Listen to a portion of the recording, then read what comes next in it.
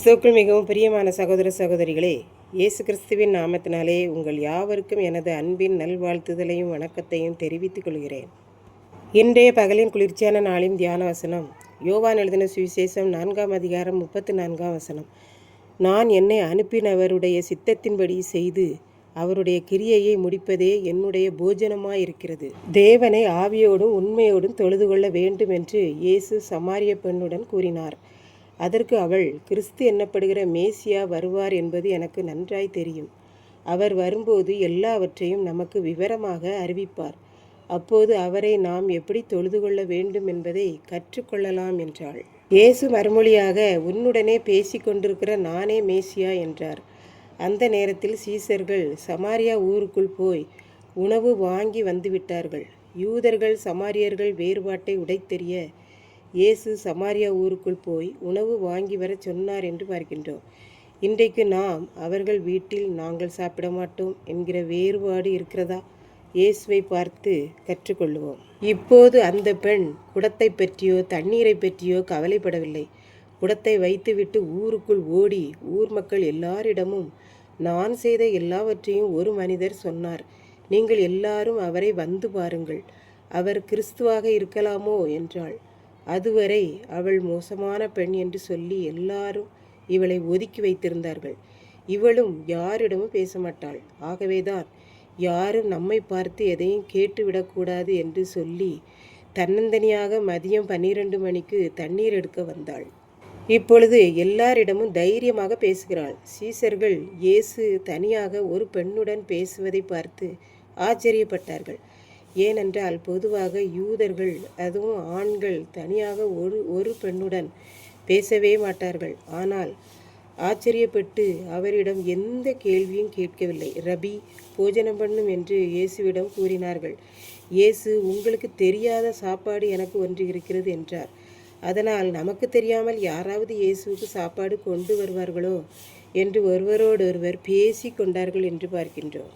அதை அறிந்த இயேசு, நான் என்னை அனுப்பினவருடைய விருப்பத்தை, என்னை அனுப்பின காரணத்தை நான் அறிந்திருக்கிறபடியால் அந்த காரியத்தை நிறைவேற்றி முடிப்பதுவே என்னுடைய சாப்பாடு ஆகும். ஆகவே என்னுடைய வயிற்றிற்கு சாப்பாடு கொடுப்பதை விட இந்த உலகத்தில் உள்ள எல்லா மக்களையும் தேவனிடம் பரலோகத்தில் கொண்டு போய் சேர்க்க வேண்டும்.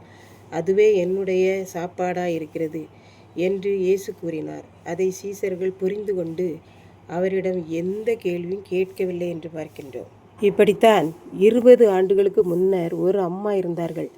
பிள்ளைகளை எல்லாம் வளர்த்து பெரியவர்களாக்கி எல்லாருக்கும் திருமணம் முடித்து பிள்ளைகள் ஆங்காங்கே இருந்தார்கள். அந்த ஊரில் பண்டிகை ஒன்று வந்தது. அதற்கு பிள்ளைகளை எல்லாம் அழைத்தார்கள். அதனால் பிள்ளைகள், மருமக்கள், பேரப்பிள்ளைகள் என்று எல்லாரும் குடும்பமாய் வந்திருந்தார்கள். அந்த அம்மாவுக்கு கையும் ஓடவில்லை, காலும் ஓடவில்லை. அந்த அளவுக்கு சந்தோஷம். உற்சாகமாய் வேலைகளை செய்தார்கள். காலையிலே எல்லாருக்கும் சமையலை முடித்து சாப்பாடு கொடுத்து எல்லா வேலைகளையும் முடித்தார்கள். நேரமாகிவிட்டது. அதனால் மதிய சாப்பாடு செய்து எல்லாருக்கும் கொடுத்து விட்டு எல்லாரும் புறப்பட்டு ஆலயத்திற்கு பண்டிகை ஆராதனைக்கு சென்றார்கள். அப்போதுதான் பிள்ளைகள் மனதில் தோன்றியது, அம்மா காலையிலும் சாப்பிடவில்லை, மதியமும் சாப்பிடவில்லை என்று. அம்மாவிடம், அம்மா சாப்பிட்டீர்களா என்று கேட்டார்கள். அப்போதுதான் அவர்கள் அம்மா கூறினார்கள், நான் சரியான நேரத்திற்கு சாப்பிட்டு விடுவேன். இன்றைக்கு பிள்ளைகளை எல்லாம் வந்திருக்கிறார்களே, நாமே கையினால் சமைத்து பிள்ளைகளுக்கு கொடுக்க வேண்டும் என்கிற ஆர்வம் ஒரு பக்கம், மன சந்தோஷம் மறுபக்கம். இரண்டும் சேர்ந்ததால் நான் சாப்பிடுவதை மறந்தும் விட்டேன். எனக்கு பசியும் இல்லை, சோர்வும் இல்லை, நன்றாக இருக்கிறேன். இனி ஆலய ஆராதனை முடிந்த பின்பு சாப்பிட்டு கொள்கிறேன் என்றார்கள். இன்றைக்கு நம் ஆண்டவரும் இப்படித்தான். புதியதாக ஒரு ஆத்மா மனம் திரும்புகிறது என்றால் எனக்கு எவ்வளவு சந்தோஷம், பரலோகத்தில் தேவ தூதர்களுக்கு எவ்வளவு சந்தோஷம். ஆகவேதான் அந்த ஆத்ம பசி நீங்கினதினாலே சமாரிய பெண்ணின் ஆத்மாவின் மூலமாய் வயிறு நிரம்பியபடியினாலே அவர் சரீர போஜனத்தை குறித்து, இது நீங்கள் அறிந்த போஜனம், உங்களுக்கு தெரியாத ஆத்ம போஜனம் எனக்கு இருக்கிறது.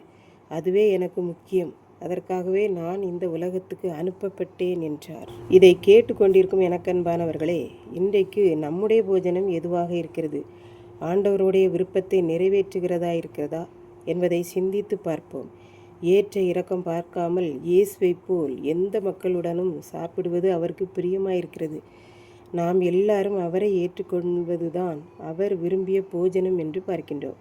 நாம் ஒவ்வொருவரும் அவருடைய பிள்ளைகள். ஆகவே அவருக்கு பிடித்தமான உணவாகிய நம்மையும் நம்முடைய உள்ளத்தையும் ஆண்டவருக்கு அர்ப்பணிப்போம். கர்த்தர் தாமே இந்த வார்த்தைகளை ஆசீர்வதிப்பாராக. ஆமேன். ஜெபம். அன்பின் ஆண்டவரே, இந்த அருமையான நல்ல நேரத்திற்காக நன்றி செலுத்துகிறேன். இப்போதும் இதை கேட்டுக்கொண்டிருக்கிற ஒவ்வொரு பிள்ளைகளும் உம்முடைய விருப்பமான உம்முடைய உணவாகிய தம்மையும் தம்முடைய ஆத்மாவையும் உமக்கு அர்ப்பணிக்க அருள் புரியும். மீட்பர் இயேசு கிறிஸ்துவின் நாமத்திலே தாழ்மையோடு வேண்டிக் கொள்கிறேன். பரிசுத்தமுள்ள பிதாவே, ஆமேன்.